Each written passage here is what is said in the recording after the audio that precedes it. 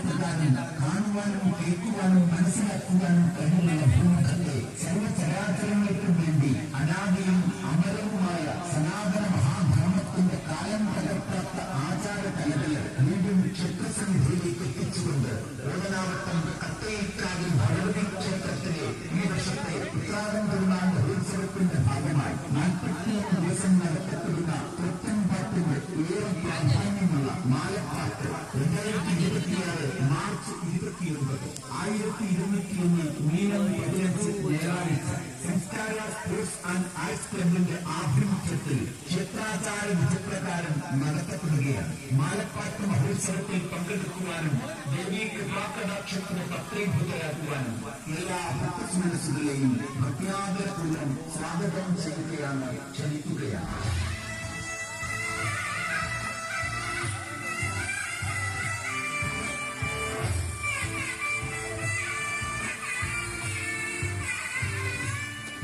സത്യസ്വരൂപിണിയും നിത്യപ്രശോഭിതയും കരുണാമയും കാരുണ്യം